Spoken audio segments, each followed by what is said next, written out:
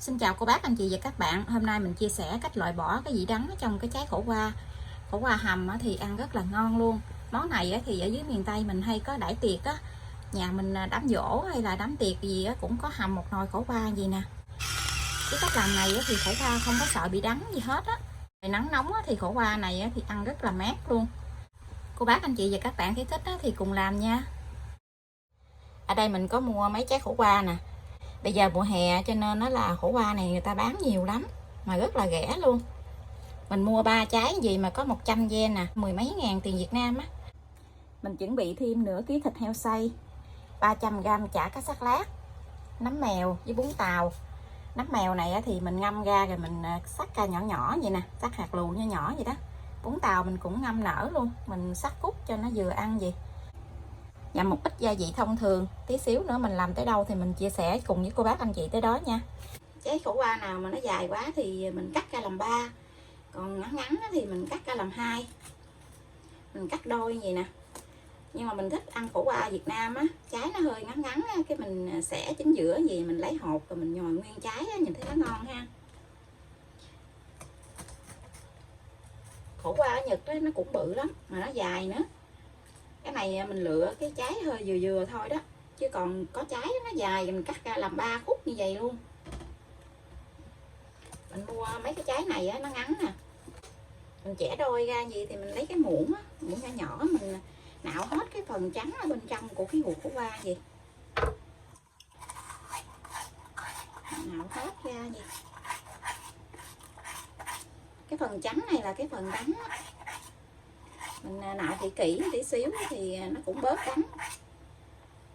Cái đuôi khổ qua mà nó nhỏ gì á thì mình cắt ra tí xíu gì, nó có cái lỗ gì nhỏ nhỏ gì để khi mà mình nhồi thịt vô á, cái thịt nó không có bị động cái hơi, khi mình nấu thì nó không có bị rớt cái thịt ra.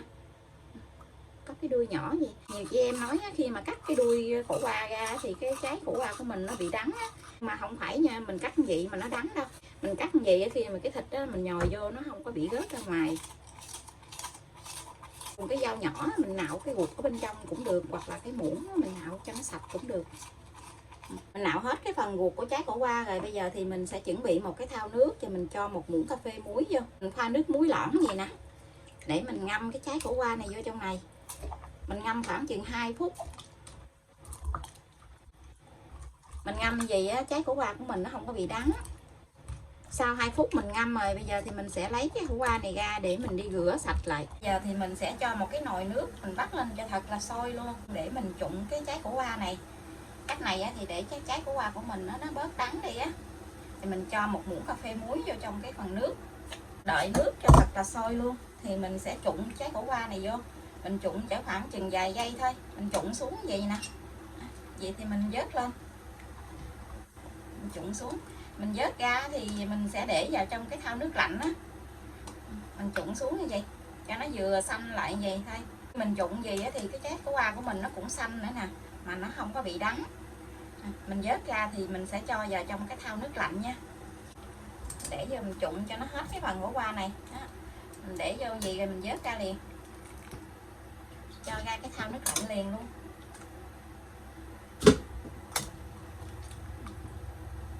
Mình để vô trong cái thau nước có cho cụm nước đá vô vậy. Vậy thì mình vớt ra, mình để úp xuống gì để cho nó ráo nước nha. Nhưng này thì mình sẽ đi trộn lại. Mình cho tất cả thịt nè, bún tàu, nấm mèo với chả cá sắc lát mình cho hết vào trong cái tô để mình trộn. Chả cá sắc lát này thì mình đã nhồi cho nó dai rồi. Nếu như cô bác không có thích chả cá thì mình làm bằng giò sống á, cái nhân mình cũng ngon lắm. Cô bác anh chị mình nêm gia vị vào trong cái nhân này cho vừa ăn nha. Ở đây thì mình sẽ dùng là một muỗng cà phê dung đường. Nhà mình thì thích ăn hơi ngọt ngọt một tí xíu cái nhân á. Một muỗng cà phê hạt nêm, một muỗng cà phê muối. Cô bác ăn bột ngọt thì mình cho thêm tí xíu bột ngọt, còn không thì mình cho hạt nêm thôi. Ở trong nhân này thì mình sẽ cho một tí xíu bột ngọt, có khoảng chừng nửa muỗng cà phê. Tại ở nhà mình ăn được bột ngọt á. Hành lá sắc nhỏ nè, mình cho vô luôn. Để cho cái nhân của mình nó thơm thì mình sẽ cho tỏi sấy vô. Mình cho khoảng chừng 3-4 tép tỏi rồi mình sấy lên vậy nè. Mình để chừa lại tí xíu. chút nữa thì mình cho lên trên cái tô súp á. Nhưng này á, cô bác ăn cay được á, thì mình cho thêm tiêu nhiều nhiều vô nha. Ở đây mình cho khoảng chừng 1 muỗng cà phê.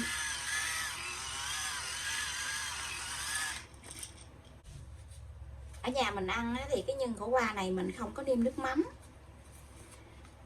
Khi nào mình ăn á, thì mình chấm nước mắm hoặc là mình nêm vô trong cái tô canh á một tí xíu, chứ mình không có nêm vô trong nhân. Chả mình đã nhồi cho nó mịn lại gì, nó rất là dai luôn á, có chả cá vô nó dai lắm. Bây giờ thì mình sẽ đi nhồi vào trong trái khổ qua nha. Mình chuẩn bị tí xíu nước mắm để mình thoa lên trên cái mặt chả, để khi mình nấu á, thì cái nhân khổ qua của mình nó không có bị lạc, với lại nó không có bị rơi ra ngoài á.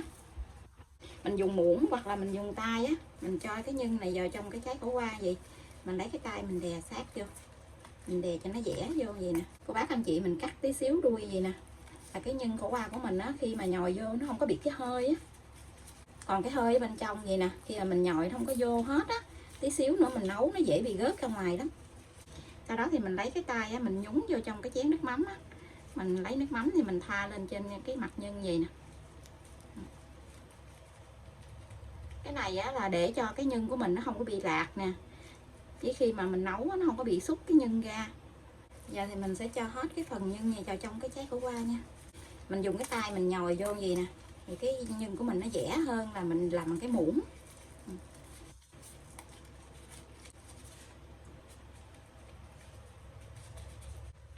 Ở dưới miền Tây á, đám tiệc á, thường hay là hầm một nồi khổ qua gì nè, hầm nhiều lắm. Thứ nhất á, là đãi khách nè, thứ hai nữa thì khi mà họ hàng đi về á, thì mình biếu cho mỗi một người vài khúc gì nè, đem về ăn lấy thảo. Thường khi là vậy đó, ở nhà mình cũng vậy nữa.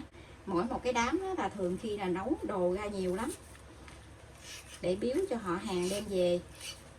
Ai đi về cũng có một bọc quà, bọc bánh trái hoặc là đồ ăn. Hồi xưa thì hay có nấu cù lao á, rồi đem cho mỗi một người một bọc vậy đó. Ở dưới miền Tây mình là hiếu khách dữ lắm, không có riêng nhà mình mà nhà nào cũng vậy chứ. Mình làm nhiêu nhân này là vừa hết mấy trái khổ qua luôn nè, vừa đủ luôn, không có dư miếng nào luôn á. Đây là khúc khổ qua cuối cùng nè, vừa đủ hết luôn. Xong cái phần khổ qua mình đã nhồi hết thịt vào trong cái trái khổ qua rồi. Cái nồi khổ qua này chắc ăn cỡ 2 ngày quá. Nhiều quá chừng luôn. Ở bên này thì mình đã bắt sẵn một nồi nước sôi, nước đang sôi sùng sục luôn. Mình cho 1 muỗng cà phê muối vô. Muối này thì mình cũng nêm vô trong cái phần nước luôn á. 1 muỗng cà phê đường. Mình nêm muối với đường vào trong cái nước sôi vậy nè.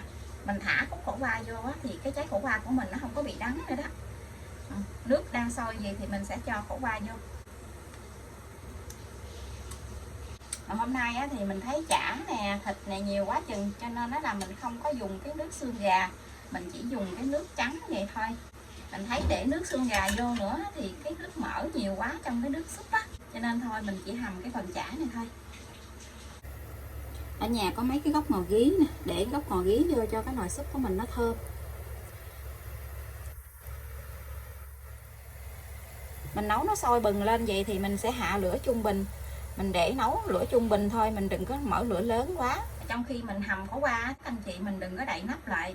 Đậy nắp lại thì cũng tạo cho cái khổ qua của mình nó có cái gì đắng. Mình hầm khổ qua mới có 25 phút mà khổ qua nó chín mềm vậy nè. Nó mềm miếng khổ qua luôn. Chắc tại vì khổ qua Nhật á, nó mau mềm á. Mình nấu từ từ gì nè, nó mềm miếng khổ qua rồi. Bây giờ thì mình sẽ nêm lại gia vị trong cái nồi nước súp này nha. Mình nêm lại cho vừa ăn nữa là được rồi đó, rất là nhanh luôn. Mình cho thêm tí xíu siêu muối vô, thêm tí xíu hạt nêm.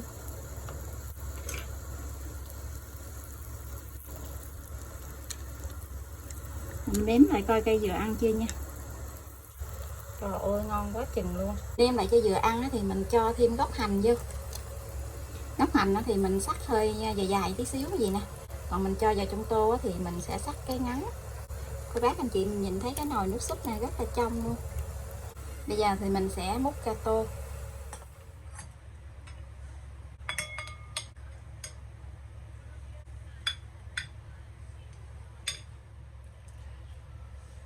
hành ngò lên, ngò gí với lại hành lá nè. Cái tô khổ qua là có tỏi sấy á, sấy để lên trên tô súp khổ qua nó thơm lắm. Để thêm tiêu lên. Đây là món khổ qua hầm của mình đã làm xong. Khúc khổ qua quá chừng nhiều thịt luôn, ngon quá chừng ngon luôn á. Món này á, ngày hè thì ăn rất là mát luôn. Cô bác anh chị và các bạn thấy thích á, thì cùng vào bếp làm cho gia đình mình thưởng thức nha. Bây giờ thì mình xin chào tạm biệt. Hẹn cô bác anh chị và các bạn lại video tiếp theo. Cảm ơn cô bác anh chị và các bạn đã xem video của mình. Xin chào và hẹn gặp lại.